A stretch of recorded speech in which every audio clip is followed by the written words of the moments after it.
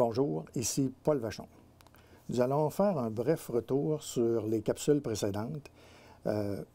Ces capsules-là parlaient des pactes militaires et du nucléaire.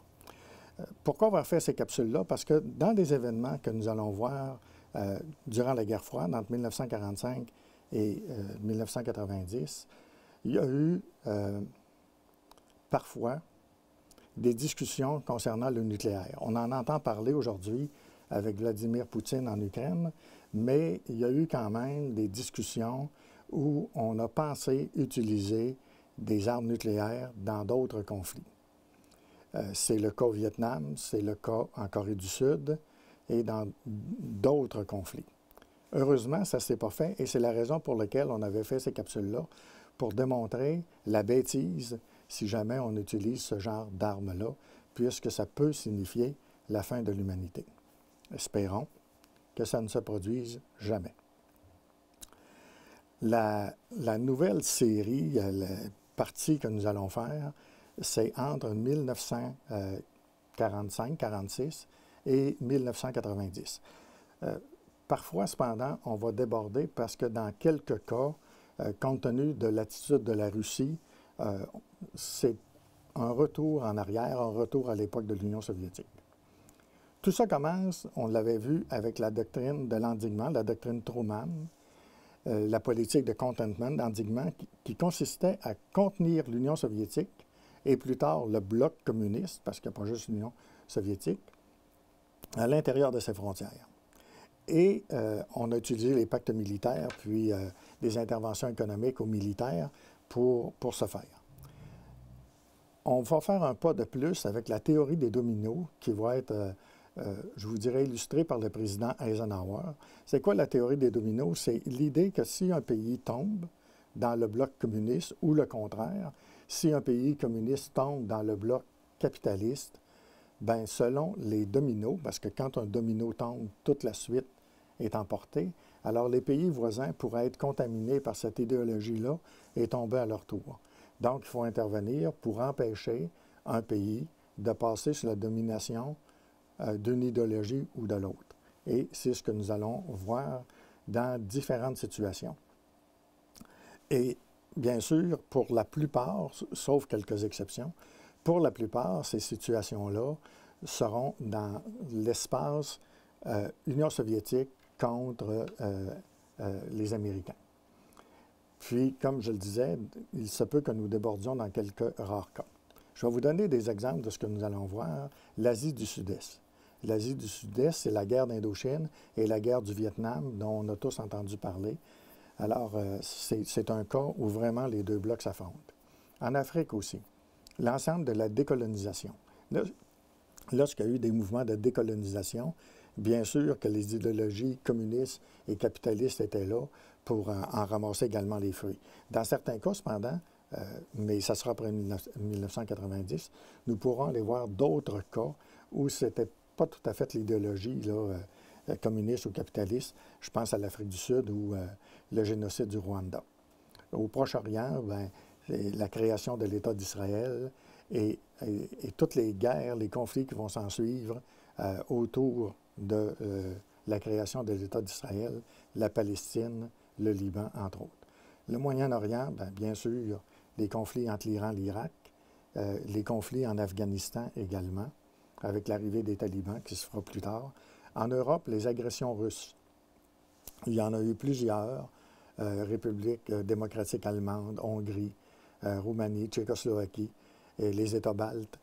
Pourtant, ils sont dans le bloc de l'Union soviétique, on verra pourquoi. Et en Amérique latine, les agressions américaines, qu'on pense au Chili, avec l'appui des États-Unis au dictateur Pinochet, le meurtre de Salvador Allende, et à Cuba, la révolution cubaine avec Castro, puis retour en Europe avec le cas de la Yougoslavie et de l'Ukraine. La guerre d'Indochine. D'abord, qu'est-ce que c'est que l'Indochine? L'Indochine, c'est une colonie française qui est là à peu près depuis un siècle. Quand je dis depuis un siècle, on se situe en 1946 à ce moment-là. Donc, les Français sont là à peu près depuis un siècle. C'est une colonie, je vous dirais, de matières premières. Il y a peu d'immigration française en Indochine. C'est pas comme en Algérie, là. Alors, il y a peu d'immigration française et c'est une colonie dont on exploite notamment les ressources. Ça comprend les pays aujourd'hui du Vietnam, du Laos et du Cambodge. On appelait ça l'Indochine. On se souvient que pendant la Seconde Guerre mondiale, la France a perdu la guerre devant les Allemands.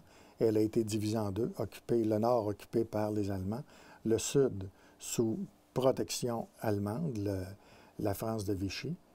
Les Japonais qui ont signé un pacte d'amitié avec l'Allemagne, les Japonais sont des alliés de l'Allemagne, donc ce qui fait de facto les Français alliés des Japonais. Et les Japonais vont envahir l'Indochine.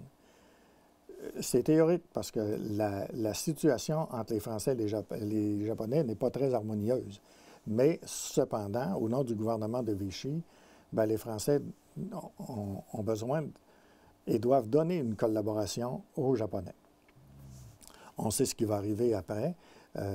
Lorsque le Japon est en train de perdre la guerre, les Japonais vont se retirer de l'Indochine, mais ils vont faire tout un cadeau aux Français. Ils vont proclamer l'indépendance du Vietnam le 10 mai 1945. Alors, imaginez-vous, les Japonais occupent l'Indochine et proclament l'indépendance du Vietnam en quittant. C'est sûr que pour une grande partie de la population, surtout celle qui aspire à l'indépendance, et ils s'adonnent que ce sont pour la plupart des communistes, ils sont dirigés par Ho Chi Minh, qui va devenir le premier président d'ailleurs plus tard du Vietnam. Et Ho Chi Minh va proclamer l'indépendance du pays en 1945, ce qui ne fera pas l'affaire du tout des Français, qui vont faire appel aussi à d'autres colonies. Je pense aux colonies du nord de l'Afrique, du Maghreb ou de l'Afrique, pour aller se battre en Indochine. C'est un peu particulier. Il va y avoir des gens de colonies qui vont aller se battre dans des colonies contre une aspiration auquel les peuples ont toujours droit. On va parler succinctement de 3 événements. Le premier, c'est le bombardement de Haiphong. Qu'est-ce qui s'est passé? Il y a eu un incident mettant en cause des Vietnamiens et des ressortissants français. Et en représailles, la marine française va bombarder le port de Haiphong. Mais il va y avoir 6 000 morts, principalement au niveau des civils. C'est sûr que lorsque tu bombardes des civils, tu ne viens pas te donner une carte supplémentaire pour gagner l'affection des peuples. Il faut faire attention. Lorsqu'on a l'appui des peuples, généralement, ça va bien, mais lorsqu'on perd l'appui des peuples, c'est très difficile d'être une puissance qui occupe à ce moment-là le territoire. En 1946 et 1947, la conséquence du bombardement de Haiphong, c'est la bataille de Hanoï, où les communistes vont demander au peuple de se révolter, une insurrection contre les étrangers, contre les Français. Il va y avoir des massacres dans la ville de Hanoï, des massacres de ressortissants français, mais l'appel au peuple ne fonctionnera pas très bien. Il n'y aura pas une insurrection comme les communistes l'auraient voulu. Et les communistes, les Français vont réussir à regagner le territoire. En 1949, la Chine devient communiste, la Chine de Mao Zedong devient communiste, et va apporter son soutien aux Viet Cong, aux Viet Minh, qui sont les communistes dirigés par Ho Chi Minh. Et les États-Unis, de leur côté, vont soutenir matériellement les Français. Qu'est-ce que la majorité du peuple en France pense de cette guerre-là? Je vous dirais que c'est plutôt dans l'indifférence. Parce que d'une part, c'est une armée de métier qui se bat, ce n'est pas des conscrits. Et d'autre part, la guerre n'est pas si loin. Là, on est en 1946. On vient de finir une guerre. On n'a pas envie d'en recommencer une autre. Fait que c'est pas très, très populaire en France. Et c'est ce qui fait que, évidemment, ça n'aide pas du tout. La dernière bataille va se passer en 1954 à Dien Bien Phu. Dien Bien Phu, c'est une cuvette. C'est une plaine entourée de montagnes. Et les Français vont aller s'installer à l'intérieur de la cuvette. Au niveau stratégique, c'est pas une position intéressante, mais les Français vont installer sur les montagnes environnantes des bastions pour empêcher les Viet Cong d'être capables de s'emparer de Dien Bien Phu. Ce que les Viet Cong vont faire par de simples pistes, ils vont acheminer du matériel qu'ils vont démonter. On l'appelle d'ailleurs cette piste-là la piste Ho Chi Minh. Ils vont démonter le matériel, les canons, le matériel lourd par pièces. Ils vont l'acheminer à dos d'homme ou même à bicyclette dans des sentiers de montagne et ils vont s'installer dans des grottes ou cachés dans des surplombs montagneux pour être capables après attaquer les Français. De leur côté, les Français, la seule option qu'ils ont, c'est de larguer du matériel par la voie des airs et des parachutistes qui vont venir renforcer leur défense par la voie des airs. Alors, les Viet Cong, la stratégie qu'ils vont développer, c'est de lancer des milliers de soldats à l'assaut des bastions qui entourent la cuvette de Dien Bien Phu. Et vague après vague, là, les combats au corps à corps vont se faire. Les Français ont une position stratégique peu enviable à cause de la cuvette, mais cependant, les bastions résistent, mais ils sont submergés assez rapidement, puis ils vont tomber les uns après les autres. Il va y avoir plus de 10 000 tués dans les deux camps. Beaucoup plus du côté du Viet Cong, près de 8 000 et 2 000 Français. Mais il va y avoir également 11 000 prisonniers, dont 7 000 vont mourir en captivité. C'est un désastre, c'est une défaite française majeure, importante. Il va y avoir des accords de Genève, et à partir de là, le Vietnam sera divisé en deux. Le nord appartiendra aux communistes, donc Ho Chi Minh, appuyé par la Chine et l'Union soviétique, et le sud capitaliste, appuyé par maintenant les États-Unis, qui vont maintenant entrer dans le conflit. C'est ce qui nous emmène à la guerre du Vietnam, qui, elle, va durer de 1955 à 1975. En fait, la guerre du Vietnam, on parle de 30 ans de guerre. Si on inclut ces 25 ans avec les Américains, 20 ans avec les Américains, 5 ans avec les Français, et si on inclut l'occupation japonaise, on parle d'une trentaine d'années de guerre. On l'appelle aussi la guerre des 10 000 jours. En 1962, pour vous donner un exemple, là, on est en 1955, il y a évidemment des conseillers américains qui commencent à s'installer et tout ça. Mais en 1962, on est rendu à 1200 soldats au Vietnam. En 1963, plus de 15 000. En 1968, plus de 125 000. En fait, il y a plus de 3 millions de soldats américains qui vont servir au Vietnam. Pas tous ensemble, là, parce qu'ils doivent faire 1 an ou 2, si ma mémoire est bonne.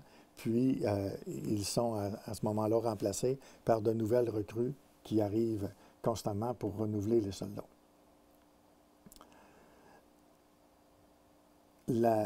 Qu'est-ce qui fait la différence? On sait que les Américains ont perdu la guerre, puis on va y revenir, mais qu'est-ce qui fait cette grande différence-là? Je vais vous parler de deux événements. Deux événements dramatiques. Le premier qui implique les Viet Cong, c'est en 1968, l'offensive du Tet. 80 000 soldats nord-vietnamiens vont envahir une centaine de villes dans le sud du Vietnam et vont progresser rapidement en gagnant. Les Américains ne sont pas préparés. Les Américains, je vous dirais, étaient plus sur la défensive. Ils vont se ressaisir cependant, puis ils vont réussir à repousser le Viet Cong. Mais ce qui va être le plus difficile pour l'armée américaine, c'est que maintenant, la guerre est couverte par la télévision. Ça n'existait pas, ça, en 1945. Il y avait des correspondants de guerre qui filmaient, mais la télévision n'était pas suffisamment répandue, n'était pas un média de masse. Quand on arrive en 1968, la télévision, c'est un média de masse. Presque tout le monde a un téléviseur dans sa maison. Et les gens peuvent regarder, même si ce n'est pas comme aujourd'hui en direct, mais ils peuvent regarder une journée ou 2 ou 3 jours après les événements qui ont eu lieu au Vietnam. Et la population américaine voit mourir les boys au Vietnam. Il y a une prise de conscience en 1968 qui est énorme, qui est extrêmement importante. Et d'ailleurs, c'est tout le phénomène aussi des jeunes qui vont se révolter. On pense à Woodstock. C'est pas juste un concert de musique, c'est aussi l'expression d'une jeunesse qui ne veut pas aller à la guerre. Parce que c'est plus l'armée maintenant là, qui est appelée, c'est des conscrits. Et ces gens-là, des étudiants, de jeunes travailleurs, Leur objectif dans la vie n'était pas d'aller tuer des Vietnamiens pour une idéologie communiste qu'ils comprennent plus ou moins bien. Alors, il y a un phénomène de contestation aux États-Unis qui est énorme. Le bilan de l'offensive du Tet est très, très lourd. 14 000 civils tués au Sud-Vietnam, mais les Américains voient mourir en moyenne 543 soldats américains par semaine. Et lorsque les tombes arrivent dans les petits villages, à New York ou dans les grandes villes, tu ne connais pas ton voisin. Mais lorsque tu arrives dans le petit village, ben c'est le fils de ton voisin, de ta sœur, c'est ton cousin, c'est pas pareil du tout. Alors, la prise de conscience est extrêmement importante. Ce qui nous amène à nous demander pourquoi que les Américains ont perdu la guerre. Juste avant, il s'est passé un autre événement en 1968. C'est le massacre de My Lai. Le massacre de My Lai, c'est un massacre qui a été perpétré par l'armée américaine au village de My Lai. Il y a eu entre 347 et 500 morts, on ne le sait pas trop. On sait que les victimes, c'est des hommes, des personnes âgées pour la plupart, parce qu'ils ne pouvaient pas fuir, des femmes, des enfants et même des bébés. Puis certaines femmes ont été violées en groupe et après leurs corps ont été mutilés. 26 soldats américains seront accusés, mais seulement le lieutenant William Calley va être condamné à perpétuité, mais sa sentence finalement va être changée pour une peine de 3 ans en résidence surveillée. Autrement dit, il n'y a rien eu. Le soldat Dennis County, et je vous le cite, était témoin de ce qui s'est passé à My Lai, a dit « Beaucoup de femmes se sont jetées sur les enfants pour les protéger. Les enfants qui étaient assez grands pour marcher se sont relevés et Calley a commencé à tirer sur les enfants. » Alors ça, lorsque ça a été révélé au public, évidemment que c'est un choc épouvantable et il y a peu de gens maintenant qui appuient la guerre au Vietnam et les Américains sont perçus comme étant ceux qui massacrent le pauvre monde. En 1975, c'est la fin de la guerre du Vietnam avec la chute de Saigon. Les forces communistes progressent vers la capitale Saigon, mais entre-temps, entre 1970 et 1975, il a commencé à avoir un désengagement américain et il y a moins de soldats au Vietnam. Les Américains songeaient déjà à se retirer. Ils vont évacuer en catastrophe la ville de Saigon. C'est l'opération Freaking Wind. On va même jeter à la mer des hélicoptères pour faire de la place à des gens.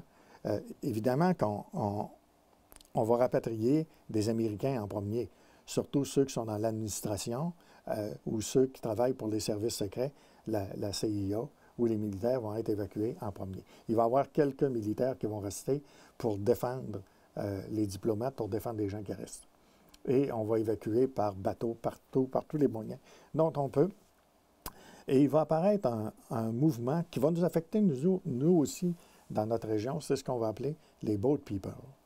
Il va y avoir 2 millions de réfugiés partout dans le monde, surtout aux États-Unis, mais il va en avoir 250 000 qui vont trouver la mort en mer en embarquant sur des moyens de fortune pour essayer de se sauver de ce désastre-là. Et il y a un prêtre ici dans la région qui était curé à Pont-Brillant, qui s'appelle Roger Fortin, qui a accueilli avec des gens de la région des réfugiés. Le Vietnam va être réunifié, il va devenir communiste et c'est une défaite du monde occidental. La guerre, toutefois, n'est pas finie. Elle va continuer, mais ce coup-là, elle va continuer au Cambodge. Juste avant, voyons les raisons de la défaite américaine au Vietnam. Les soldats n'ont pas de combativité, très très peu, ils sont démoralisés et la drogue circule partout chez les troupes américaines. Les Sud-Vietnamiens en vendent, ils en tirent des bénéfices, mais les Nord-Vietnamiens les fournissent. C'est sûr qu'un soldat drogué, ça ne fait pas un très bon soldat. Alors, la drogue circule en masse. Il y a des conflits raciaux aussi entre soldats noirs et soldats blancs. Il y a des problèmes de toxicomanie, de suicide, de désertion. On assassine même des officiers. Il y a des morts. Il y a eu 58 000 morts américains dans cette guerre-là. La population vietnamienne appuie le Nord, donc les Américains sont toujours sous surveillance, sont toujours sous tension. Ensuite de ça, il y a une protestation anti-guerre aux États-Unis. Je vous dirais qu'elle se fige à l'intérieur de deux personnes, Cassius Clay, un boxeur américain très connu, qui va prendre le nom de Muhammad Ali pour ne pas aller à la guerre, et John Lennon, qui va s'opposer à la guerre. Alors, il y a des grandes manifestations partout contre la guerre du Vietnam, et les États-Unis vont faire l'erreur de soutenir un régime corrompu du Sud-Vietnam, le régime de Ngo Diem, et ça n'aide pas pantoute la cause américaine. C'est une grande défaite pour les Américains. La guerre va continuer au Cambodge. Il va y avoir une guerre civile entre les Cambodgiens, entre les communistes qu'on va appeler les Khmers rouges et le royaume du Cambodge. 8 ans de guerre et ce sont les communistes qui vont gagner la victoire des Khmers rouges, qui est un des régimes les plus sanglants du 20e siècle. Il faut le faire. Après 2 guerres mondiales, se retrouver avec un régime qui est pire encore que ce qu'on a connu, il faut le faire. Les crimes du Khmer rouge couvrent des meurtres, des massacres, des exécutions, des persécutions ethniques, religieuses. Il y a eu entre 2 et 3 millions de morts. Et Pol Pot, le dirigeant des Khmer rouges, est mort en 1998 sans faire face à la justice. Désolant, mais c'est ainsi. Merci. Au revoir. Mesdames et messieurs, bonsoir. Cette semaine, à l'émission Rencontre, j'ai l'honneur de recevoir une personne qui vient de loin. Alors, je suis en présence de Cam Toupang. L'histoire, c'est que mes parents sont cambodgiens. Donc, en 75 et 80, il y a eu un gros génocide au Cambodge. Donc, les Khmers rouges ont pris le pays avec à la tête de tout ça Pol Pot. Puis, il y a eu vraiment, vraiment beaucoup de Cambodgiens de tués, le tiers de la population. Et mes parents, donc, vivaient sur la frontière du Cambodge. Fait qu'on réussit à se sauver du Cambodge dans ces années-là. Et sont arrivés en Thaïlande, donc juste à côté le pays voisin. Ils ont marché une semaine, le jour et nuit, dans la jungle, à travers plein de moments atroces, on va dire ça comme ça. Et ils sont arrivés donc en Thaïlande, dans un camp de réfugiés.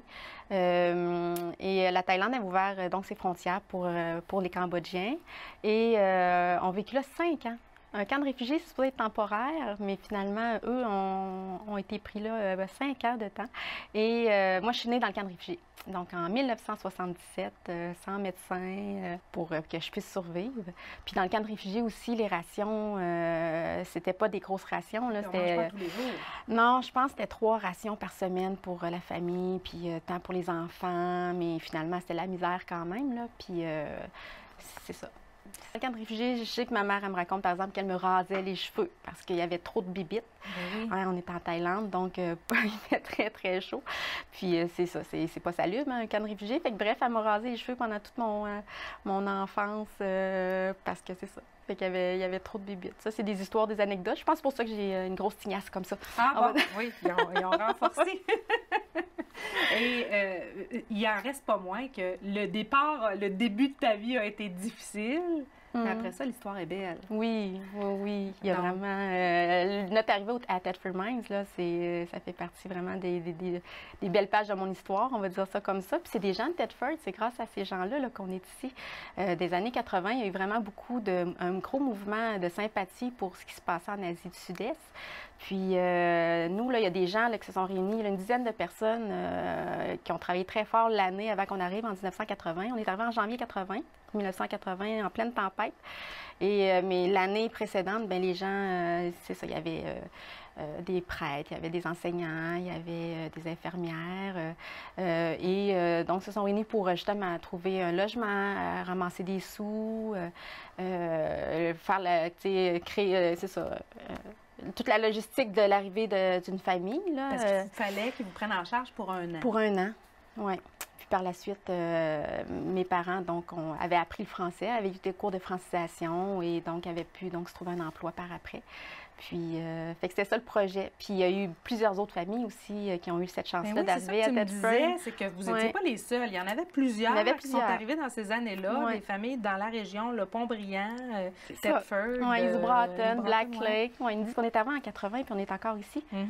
Toute la famille. Toute la famille. Denis, il travaille dans GRC dans la Beauce, mais sa résidence est à Thetford, Alexandre, Sophie, mes parents. Fait qu'on a vraiment choisi, puis on est bien, là, d'être reconnaissant.